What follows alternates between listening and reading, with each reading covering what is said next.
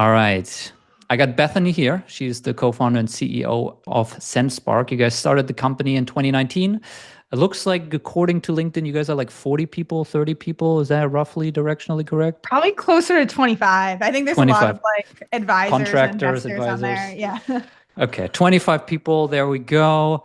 You guys are a SaaS tool that allows people to create personalized videos at scale. That's how I would frame it. Using AI. I'm happy for you to correct that or amend that. Yeah, and obviously you are a very active practitioner of founder-led marketing. I follow you on LinkedIn. You're putting out tons of content there. And so I want to break that down and how you're leveraging it to grow your own company. But yeah, if you want to say a couple more sentences about you, about Sendspark, any amendments there in terms of what you guys do, happy for you to do that. Yeah, I think that was a great intro. I'll give a little backstory before starting SenseSpark. I was doing head of marketing, aka only marketer at a startup. So I've been doing like marketing automation, outreach, a lot of this like growth stuff for a long time. So like typically the kind of content I share is related to like what growth tactics we're doing and trying out. And then of course what SenseSpark is for is to create the personalized videos at scale in kind of a marketing automation way, as opposed to other tools that are more manual, where you'd be like recording individual videos for different people. Maybe a little spicy question at the start. Like I feel like there's opinions on LinkedIn that AI is ruining the experience for everyone because it's allowing people to do all this spam and all this personalization and all these emails and all this AI generated LinkedIn posts that are just really shit. What's your stance on using AI to create personalization, but it's not real personalization in a sense? Maybe give people a quick like description of how the product works in terms of the videos, and then you can answer that question. Yeah. Well, so first I'll say like it's really easy right now to hate on AI personalized Sure. messages. Yes. And don't get me wrong, I literally tweeted about that yesterday because it's so easy to hate on them. But if you were to ask people like 2 years ago, before AI was really a thing for sales, be like, do you love the sales messages you're getting now? Sure. No one's going to be like, oh, they're amazing, right? So it's like, sure, are all AI messages good? Like, of course they're not.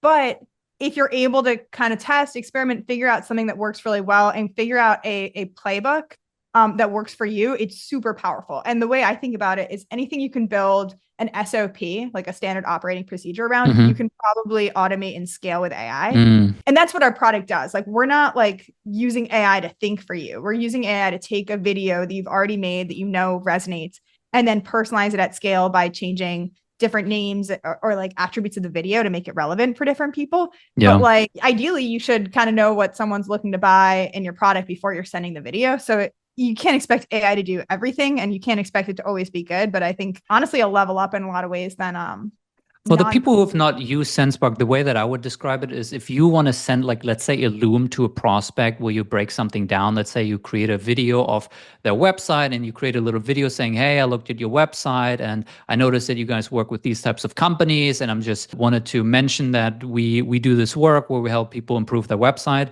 Instead of having to create this 2-minute video for every single person, you create this kind of master video, let's say. And then your software uses AI to plug in the name. So the video starts, hey, Bethany, hey, Finn, hey, Terrence, hey, Jeannie. And then it pulls in the website of those different people. So you don't actually go through it. Is that a fair representation? I mean, I'm sure you guys do more than that, actually, but I'll just show this really give us a quick. demo. Yeah. Because I had this up. So like this is an example of a campaign that we just started running. And you can see like I added 1,500 contacts to this. And for each person, it's like the same video. But each one, it makes it look like I'm recording over their website and saying their name like this. Hey, Brandon. There you go. And then that's like, here, I can just click like another one. So that's like the same. So there you go, 1,500 videos Yeah. in a second. Yeah, yeah. And then it's cool because it has like a little personalized intro and then it goes into a little product demo of SenseSpark. And, we do that for a lot of our outbound. How do people tend to react when they realize that this is not you actually going over their website? First of all, though, what do you think is the percentage of people who realize it, who get this video, who are like, I'm not sure?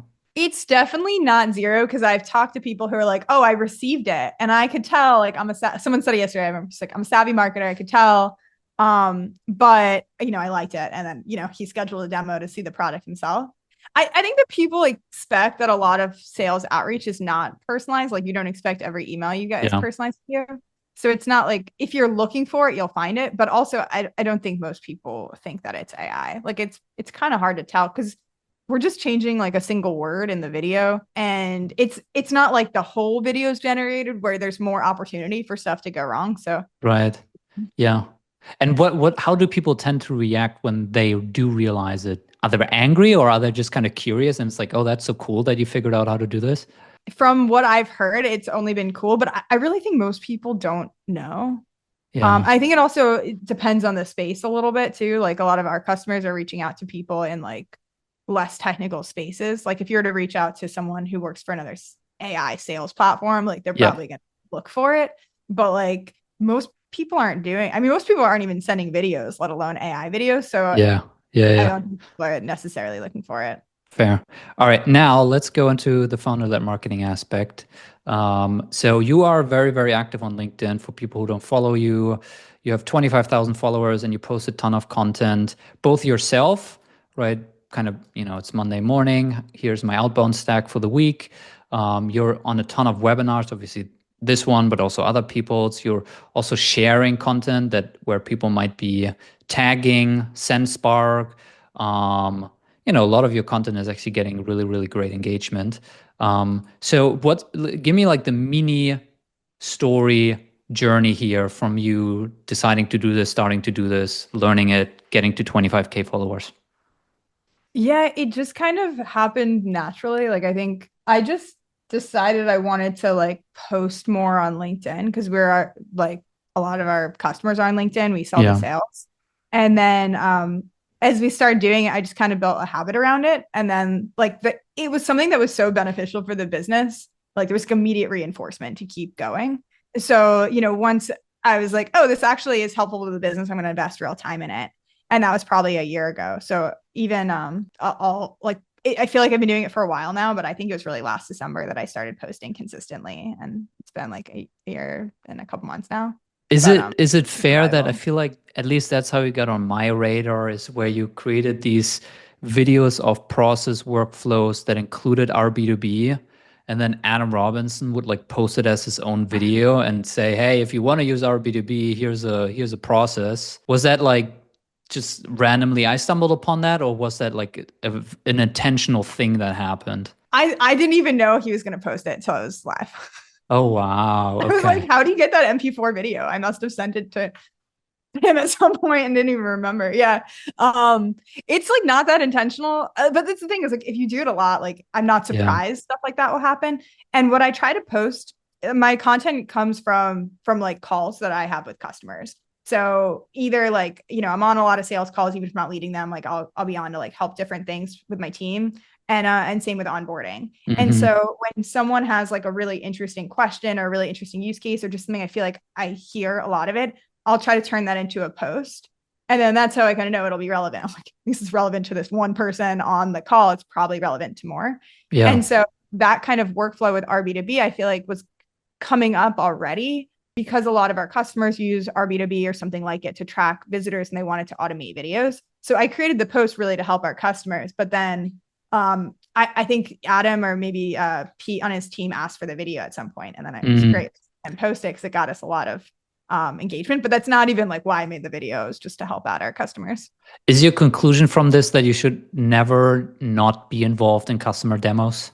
Yeah, I think it would be bad to not be. I mean, I think at some point, like if you have a really good process, maybe you're not on them, but like you should still be listening to the call recordings from your team. And right now, like I used to be doing like all the demos myself. I'm not anymore because we hired some awesome people who are doing it, but like they'll often pull me in and I love that. Like there's nothing better to be like, oh, I'll just kind of get pulled in, have like one demo, but I'm not responsible for the follow-up or anything. But it's always good to just talk to real customers and see what they're trying to do. If a SaaS founder came to you and they kind of look at what you're doing and they want to get there, meaning 25K followers, regular content, getting really good engagement, what would be the couple things that you would tell them to focus on? How should they get started? I think it's just making sure what you're posting is valuable to customers and it's something that they're genuinely interested in. Like I think some of the reasons my videos that have like a lot of the views do well is because people are sending them to each other and like saving them and tagging them because it's like something where like, oh, this is cool. I want to actually set this up and do it. One thing I tell people when they're like, I'm going to use AI to write all my LinkedIn posts, I'm like, you could do that, but just know like people are actually going to read them. So like make sure you're reading something that you want, like literally people you went to college with, like your investors, like customers, like people will read your posts. So I don't know what that means to you, but keep that in mind. How did you manage to fit it into your day? Like, do you reserve time once a week? Is it just like when something comes up, you just kind of create it on the fly? Like, what's your process? It's I mean, I'll comment and engage with other stuff on LinkedIn just whenever I have time. It'll be like I'm waiting in line for a coffee or some, you know, it's just like whenever like I have a few minutes here and there, which is nice because you can just like squeeze that in. And if I'm gonna do a video, it's probably something I'm also gonna do for something else. So it'll be like customers ask, like, we have to make this video to put in our help center. Let me also post it to LinkedIn or also post it to YouTube. But and then maybe if I haven't posted, I'll try to block off time in the weekend. But it's like, it's definitely not like my primary responsibility. I really try to squeeze it in, but I'm not like budgeting my day around it. Yeah, yeah. And then okay, so the post that I posted for this event, I took this from stitching a bunch of different posts that you had done around like workflows that you use. Can you break down a little bit how you're leveraging the kind of awareness, the signals that you're getting from your LinkedIn content, the organic stuff, and then how you're funneling this into ads, outbound, etc. And any screen share or anything that you can do here, the better. I don't know what or if you can share stuff. Yeah, let me pull something up for you. Yeah. So what I'll do is there's a couple tools that we use to find people who are engaging with certain content on LinkedIn.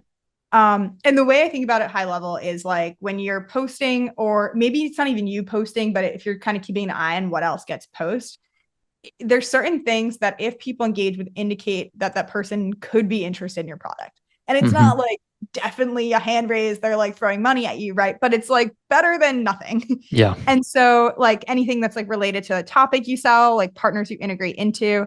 And even if I'm posting like a technical tutorial, I can kind of assume people that are watching this or tagging their friends or doing something else are probably good fits for SendSpark. So there's two tools that I use then to find the people who are engaging with the content. One of them is Trigify, and I can show this. And with Trigify, you can monitor for certain topics. So what you could do here is like add a topic. Like, Finn, do you want to give me a topic that's relevant to you guys? Demand gen. So you can like type in a topic here, and this will pull up everyone who's engaged with that topic. Or in the last 30 days. Yep. Yeah, in the date range. And then it will also show you the specific post that they engage with. So you can kind of decide if that one's relevant or not.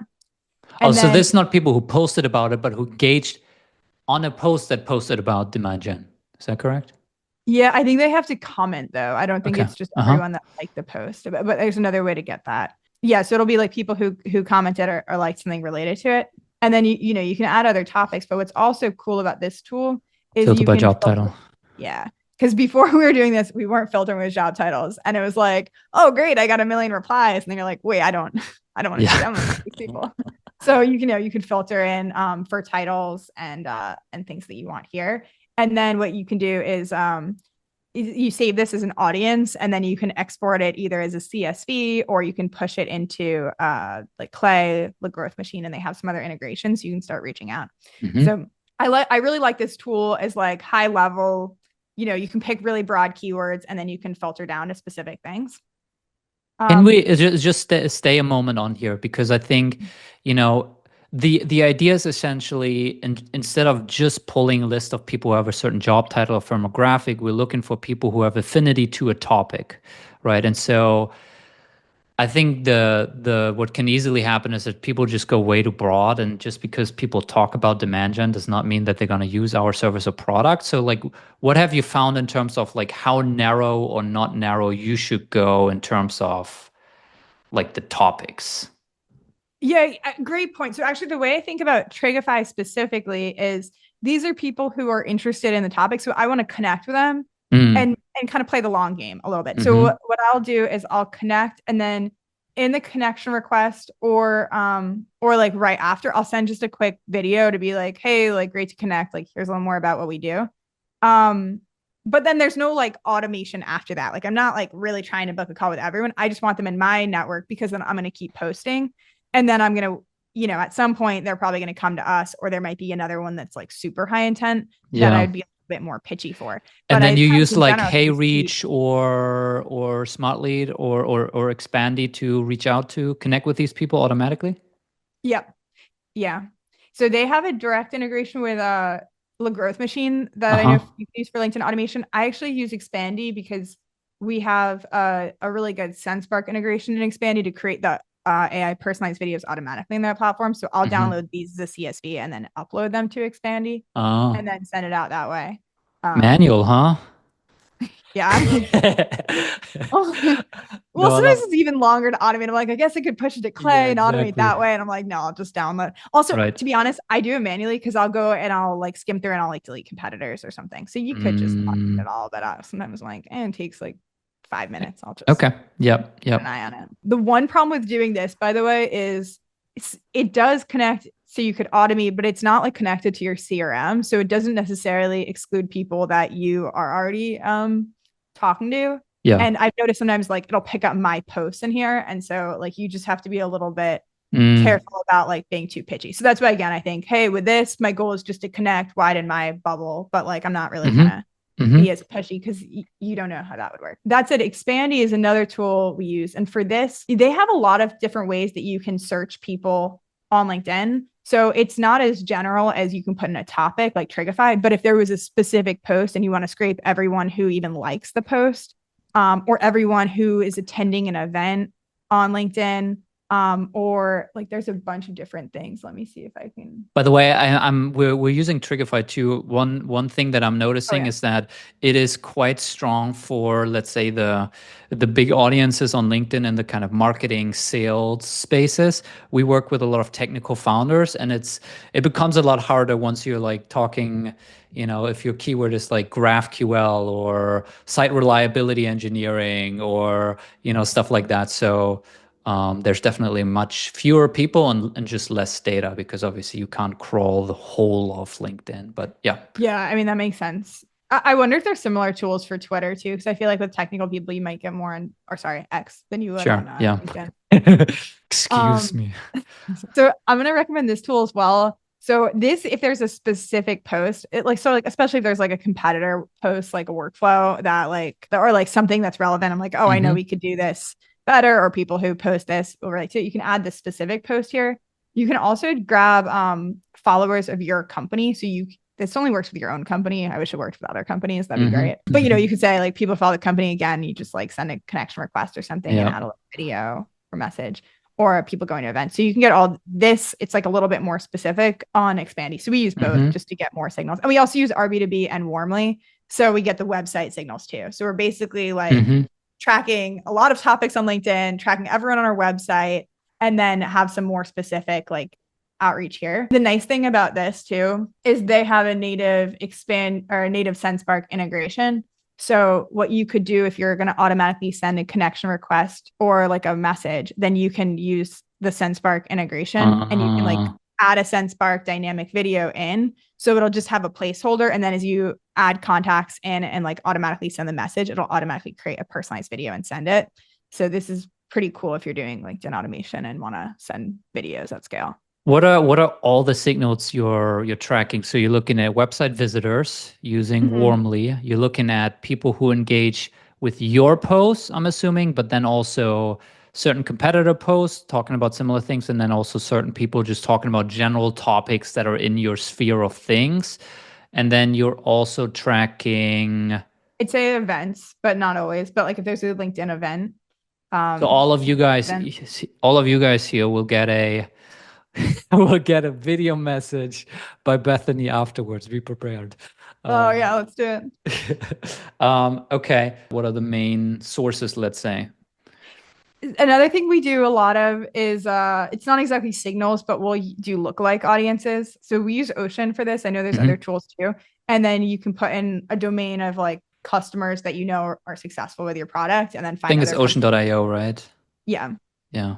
And so, yeah, so that's good. And that's nice too, because it's not signal dependent. So like sometimes I'm like, there's so many signals. This is great. And other times you're like, there's nothing. Like, How what do we good do? is it? Like I've Better. heard things about Ocean. I've never used it, but I just feel like lookalike audiences generally, when you're like looking at like LinkedIn ad managers or even Facebook ads, they're generally shit. So you feel like Ocean lookalike are pretty accurate or pretty good? I think the companies it brings up are good. I think they do like contact enrichment, and we've gotten a lot of like bounces or like people change jobs. So Mm-hmm. I'd say like it technically is good, but you just need something to verify the email before you send it. But I do think the domains are good. I mean, also if you put in one domain, it might pull up like 10,000 that look like them, but it does do a good job of giving them a score so you can go in order Ah, okay. and then being like, okay, well, I'll start with like these 100 that actually really look like them. And then, you maybe don't want to do all 10,000. If you could only keep 5 tools for your go-to-market stack, which one are the 5? 5 tools. I would do something to enrich website visitors for sure. Mm-hmm. So let's say RB2B, something to do the like I would pick Expandy for the LinkedIn because it just does like a Mm-hmm. lot of stuff, right? You can do like a lot of posts, the events, things like that, and then you can automate the follow-ups. So Expandy, and then I would do SendSpark for personalized videos. Let's say Clay for more data. It's pretty versatile, and that's kind of cheating because then you can use you can use Ocean within Clay and a bunch of other Mm-hmm. Clay. Let me see if there's one other good one. What's a good one I'm missing? Do you know? I mean, Triggerfy you didn't mention because you would do it with Expandy, kind of. Yeah, let's keep Trigify in there. It's really good for the intent. Okay, maybe I should have challenged you to 3. So this is all for outbound, right? So you're doing the Mhm. founder-led marketing, you're putting out organic content, you're also doing social listening, so you're paying attention to what other people in your space are talking about and tracking those kind of keywords, and then using that to fuel, let's say, warm outbound. Are you guys doing any thought leader ads, LinkedIn ads, any flows there? So we're not right now, but we keep planning to.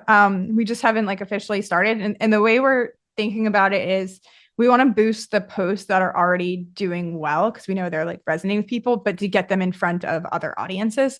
So I think that we do a great job of posting good content. The people like in our bubble of like go to market growth, like sales, like people see it for sure. But I think it'd be nice to try to figure out how do we get in front of other audiences. So that's where we're thinking about boosting posts and not even just ours, because sometimes other people will post about how they're using SendSpark and those posts will take off. And so I'd really like to put money behind those. So it's something Yeah. we've kind of talked a I'm lot about, but surprised you haven't done that yet. yeah, it's just that we don't really do so many ads. And I think if we're going to start running ads, like I just want to make sure we're like tracking it the right way and we're like doing it right. So it's something we totally should. I'm sure the ROI would be worth it within like a month, but we just haven't gotten around to starting. The flow that we're building right now, I think on LinkedIn, when you run the ads, it will give you in your LinkedIn dashboard, it will give you the most engaged accounts who are engaging with your ads, right? So it will de-anonymize the companies who are engaging with your ads. And you can use a tool like Fibbler.co, I think, to kind of pull that data and push it to HubSpot. And then essentially the flow is you run the ads, you see, okay, Project 33 and Warmly and HubSpot is most people from HubSpot are most engaged. And then you enrich that to pull the most relevant decision makers because you don't have people data, you only have the company data, right? And then you just say, give me the VP sales and the VP marketing of these companies. And then you can run outbound towards those. And then you're just, it's again just another signal that can fuel your. Super interesting. I got to check them out. So you can run, if you run ads, you'll see the people engaging with Yeah, them yeah, in wait, let me pull it the up. Let me company just or pull up the. our ad manager here. Boom. So we're running ads, right? These are both cold ads towards ICPs, which is my best post. So it's thought leader ads. And then we also have a retargeting layer. And then when you go to, I always miss it. It's under plan and then companies. You see which companies are engaging, right? And then you can sort by engagement level. And then I can see PF community and Arrow chat. They're like got impressions and clicks and paid engagements. So I know Mhm. that there's a bunch of people at PEF community and Arrow chat who are engaging with my ads. I don't know who it is. And then Fibbler allows you to push that data. And then you can enrich that by just say, for us, give me the founder and the head of marketing of AeroChat, and then I'm going to connect with those people and send them an email, etc. Right? That's really cool. So it's an additional signal. I think there is a lot of, oh wait, no, there were questions here. Terrence had questions. What are some best practices you are seeing with using SendSpark for outreach in a Dream 100 campaign approach? So there's different things that work well. I think one of the best like types of outreach I've seen people do is when they're using the videos to like show something. And so actually the one that I was showing you before, if I play more of it, like you can see it's like a little intro and then it does a product demo to like show one thing that we do that's unique. And Finn, before you asked about like if people care that it's AI, and I think they might if like that was the point of the video, if you're like, hey, I made this personal video to show how much I care. Sure. And then they're like, but you didn't, like that'd be weird. Yeah. Like that's what would be weird. But if you're just like, hey, made you know this video to show how we can help, and it like shows a thing that's actually very cool and interesting to people, then like they're not gonna be upset. You're not like really trying to mislead them. It's just the same way you'd personalize an email that you're sending out to a list, you're personalizing the video. Yeah. So I think that these work really well where it's like a personalized intro, and then I'm actually showing how to do the AI personalization in SendSpark. And then similarly, like I'm thinking of Warmly, because you just mentioned them. I know one of their campaigns they rerun frequently where they'll reach out to previous closed lost and like show one thing that's new in the product. And so things like that, where it's like you have an AI intro, but then you're also just showing something really cool. I think those can be really effective. And it's effective. You still get all the benefits of video. Like it is personal. There is a human face, whatever, but there's also just a lot of substance to it. So I think those can be really good. Yeah. And then the second questions by Terrence is how far off are we from AI videos, meaning AI Terrence and AI generated Terrence, matching text scripts? So I guess deepfake. I mean, I don't think we're that far off, to be honest. Like we started doing the variable replacement a year ago to just, because we knew that would work well, but we're getting to the point where we're actually on the dev side, we're exploring like twins or avatars or other things. I think, like there are other companies too that will help you do that. Like HeyGen, we're still getting a lot of HeyGen customers switching to SendSpark saying that like the tech wasn't quite there. You couldn't really, like it just wasn't totally natural. And for sales, you really do want it to seem personal and real. So I'd say it's like not there yet, but it's close. Like I'm hoping by like the end of this year, you won't really be able to tell. I think there is a lot of automation porn on LinkedIn where people are sharing these 37-step workflows they built in N8N and they pull this data and then they use this AI agent to do this research and I feel like a lot of it is just it looks cool, but what matters is it actually booking demos for you? Is it actually getting signups for you? From what you guys are doing and maybe what you've seen from customers or other people in the space, what are some of the like robust workflows that are just like consistently working and don't break all the time? I mean, this is like so basic, but like, I love all the signal stuff. Like I love the intents, the signals, the automation.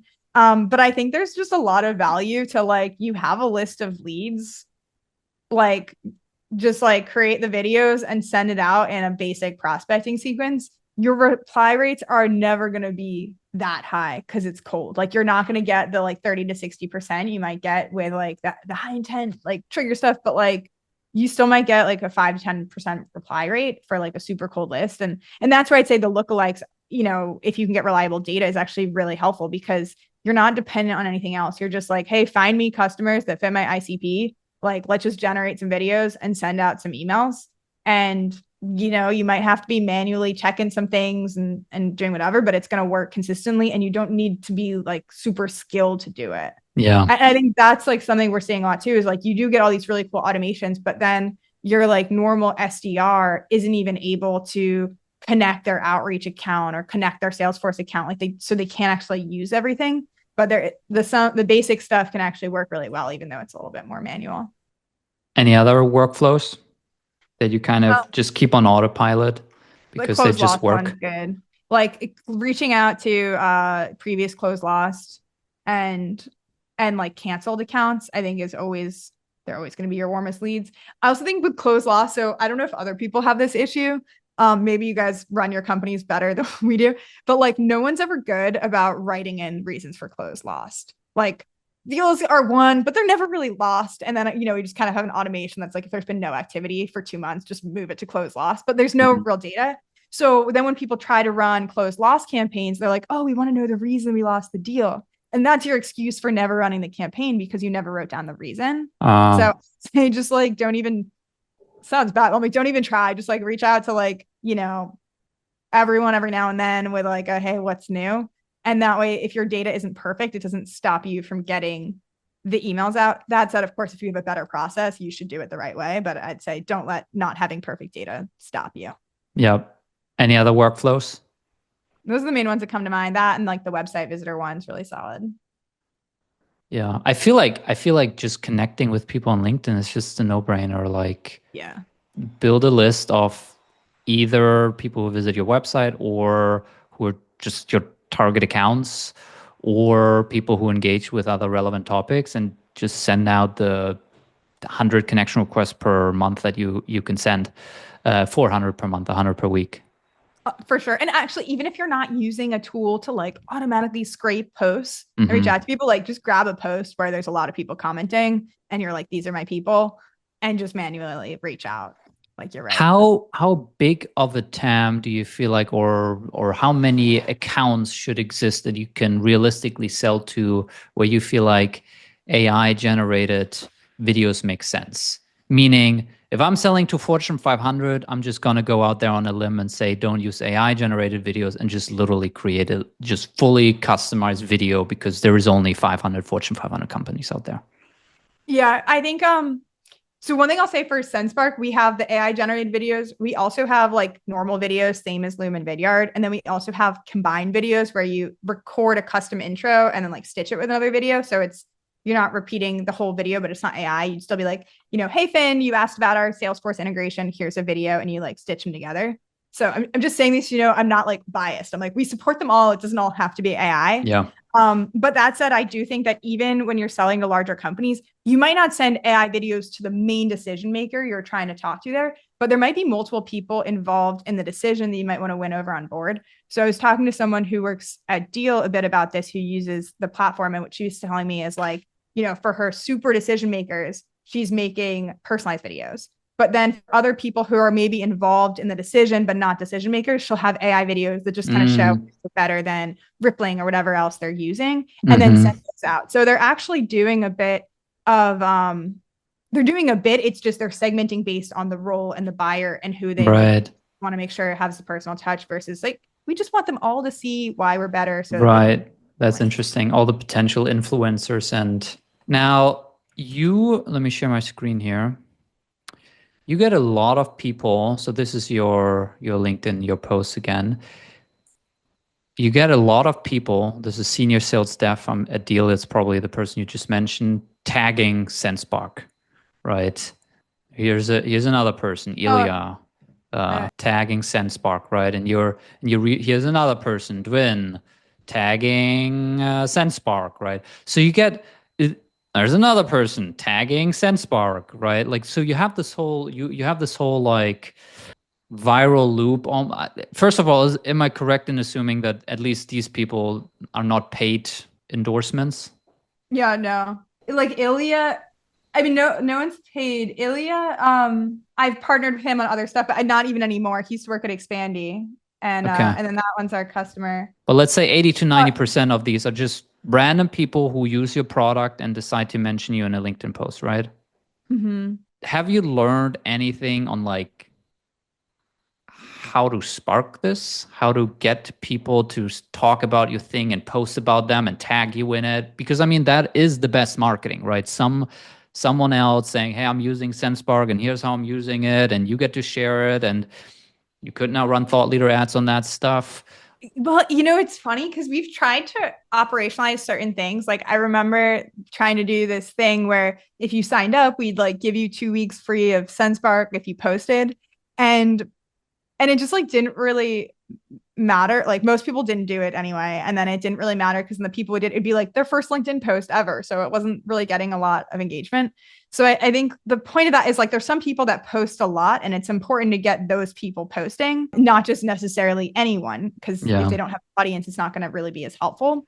To get the right people to post, a lot of it is mutual. Like Illy is a good example of, he posted that. He actually did a webinar today where I know he mentioned Sendspark in it, but like we didn't coordinate with him on that, but we have partnered on other things. And like, we've also done a lot to like help like boost the Expandy brand. And there's just a mutual partnership because those two products can be used well together. Yeah. So I think it's just about like having something to give as well. And the more you build your own brand, the more you have to give in terms of a partnership. And also whenever I see a post, like I'll be sure to like amplify it, comment, get engagement on it I was to going to say incentivize that. people to post more.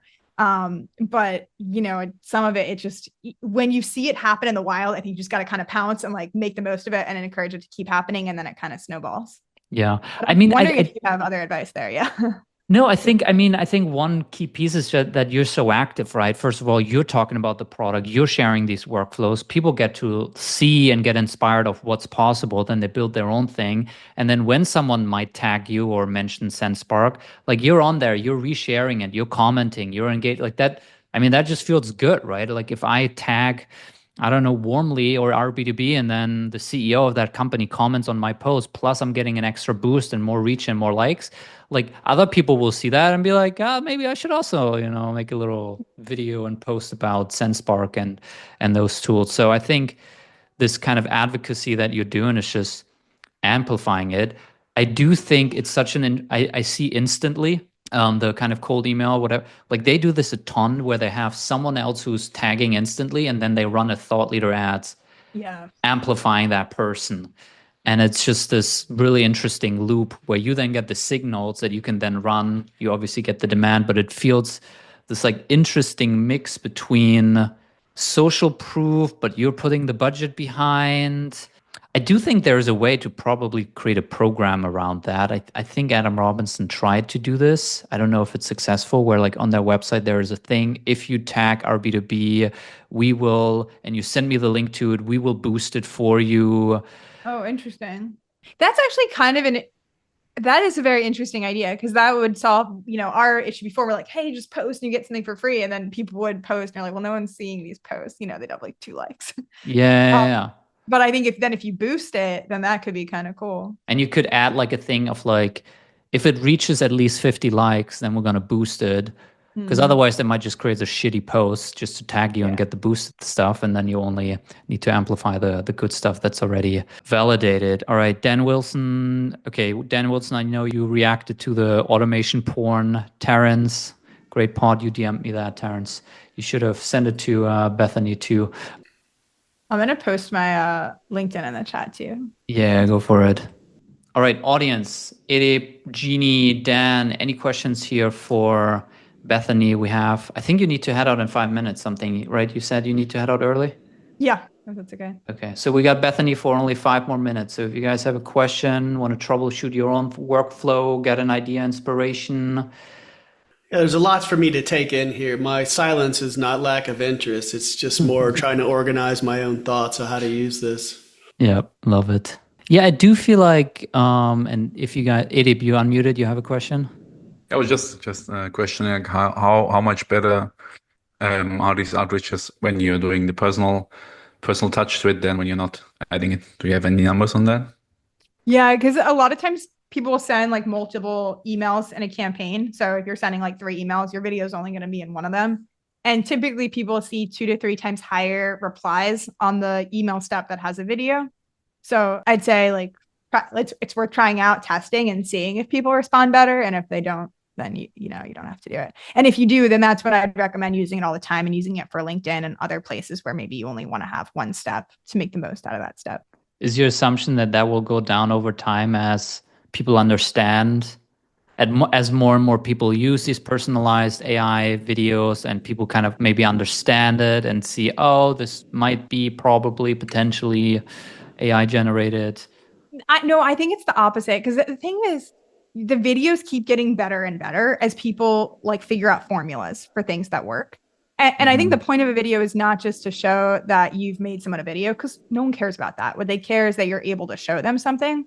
So what I see happening in the world as a whole is it being more normal to send like a 2-minute video before a discovery call, or maybe even like instead of a discovery call, and then more of this discovery gets done over email or asynchronously, and then the sales cycle starts that way. So I just think more of the sales process is going to become asynchronous to be more efficient, especially for businesses with smaller ACVs. I think you did a post that you guys are currently roughly generating 250 demos and 1,000 signups per month. I'm sure you don't have perfect data on that, but if you had to give the rough buckets of what's contributing most to those numbers. Well, it's a combination because we're doing a lot of marketing stuff. Like we're doing the social, we're doing webinars, we're just doing like all kinds of stuff. But the demos often come in from the follow-up we're doing after. So like just because someone comes something doesn't mean they're going to book a demo. But then we have a lot of our email, tracking people are coming to our stuff, and then the general triggers, and then the cold outbound. So it's hard to segment them because everything's intertwined, right? Like and sometimes I feel weird talking about our numbers because they sound very high when I'm like, okay, yeah, but it was like a semi-warm lead list because we knew that they were connected to someone from our company on LinkedIn. So of course the response rates are going to be a little bit higher. But yeah, it's really just a mix of everything. It's the marketing, it's the outbound, and the follow-up. And then we try to just automate as much as possible without losing the personal touch. Can you coach me a little? Like, I'm sometimes, and I think I'm leaving a lot of money on the table because of that, where sometimes I'm leaning too much on inbound, where I'm like, if they engaged with my LinkedIn post, if they went to my website, if they attended one of my events, then they already know what I do. So if they didn't book a demo, then clearly they're not interested. So if I'm now going to follow up and send them an email and send them a video, I'm just annoying them. But I think the data is quite clear that you do end up booking a lot of demos. So like what's your like? You just want to act like you're being helpful, not annoying. So like for our website follow-up campaign, the first message, I actually have it open for some reason, but it's really just like, hey, like notice you checking us out, wanted to follow up and see if you had any questions, or would a demo be beneficial? So it's like you're kind of like, hey, I saw, just curious, would you want a demo? And then if like, no, I was just exploring, you're like, oh great, like, but you don't have to like so pushy. It's just, I'm here if you need it. That is good. Okay. You can head out. Bethany, thank you. You were awesome. Enjoy the rest of your day. Thank you so much. Bye, everyone. There we go. Nice. All right. I'm going to just share a couple final thoughts if you guys want to share your own recap of it. I wanted to add these reflections at the end anyway. I think this is awesome. I feel like I still have a lot of work to do in terms of building some workflows and automations. I do feel like a couple takeaways for me is simple beats complex. I think also from some of her answers, it's the kind of obvious stuff that gets the best results, right? You have someone come into your website, send them an email. You have a list of target accounts and prospects that you build that are firmographically or whatever a great fit to work with your company. Send them an email. Like basic stuff. And then, you can use Sendspark or some of these other tools to, add a little video in there or something else. But it's not these crazy 37-step workflows that use 7 different AI agents that do the heavy lifting. I think they're sometimes a little bit shiny object that we get distracted by. The other takeaway for me is all of this only works because they have a good product that people actually use, that people want to talk about on social media because it works in their workflow and they want to share about how it's driving results for them. And then Bethany is actually sharing interesting, relevant, valuable content, right? If you're going to look at the people who engage with your content so that you can then connect with them or send them an email or put them in a retargeting campaign on LinkedIn, like all of this stuff only works if you're actually putting out valuable, relevant content that's based on a real customer need or pain point, and you spend some time thinking it through and creating it. You don't use AI to completely automate. your whole thing. And so, all right, Sarah said, sorry, I missed which tool she used for the website visitor campaign. Yeah, she mentioned both RB2B and she also mentioned Warmly. I don't know if they use both, but those are, I think, I don't know if I missed any. I think those are the two that she mentioned for website tracking. Yeah, those were my takeaways. Any final questions here or thoughts from you guys? Otherwise, You we'll know, I have one. I go guess, for it.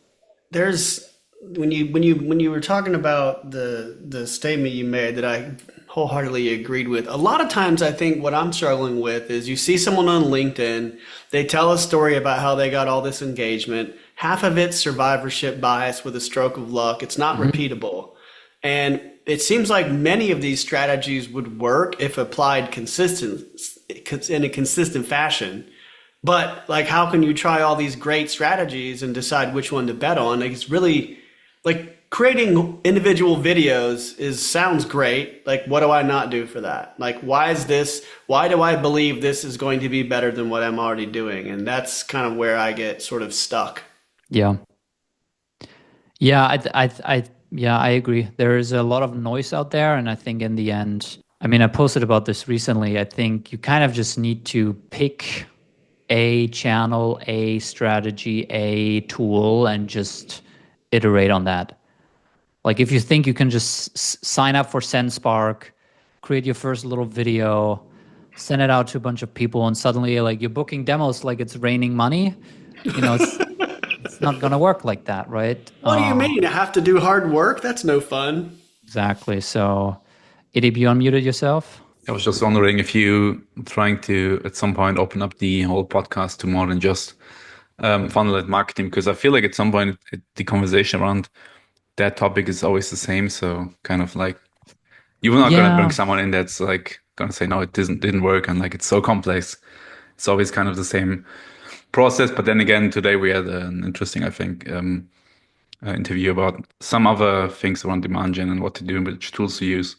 And I feel like there's some stuff that you can also explore there. Yeah, I mean, I discussed this with Toby. This is obviously a little off topic, but I'm super happy to go there.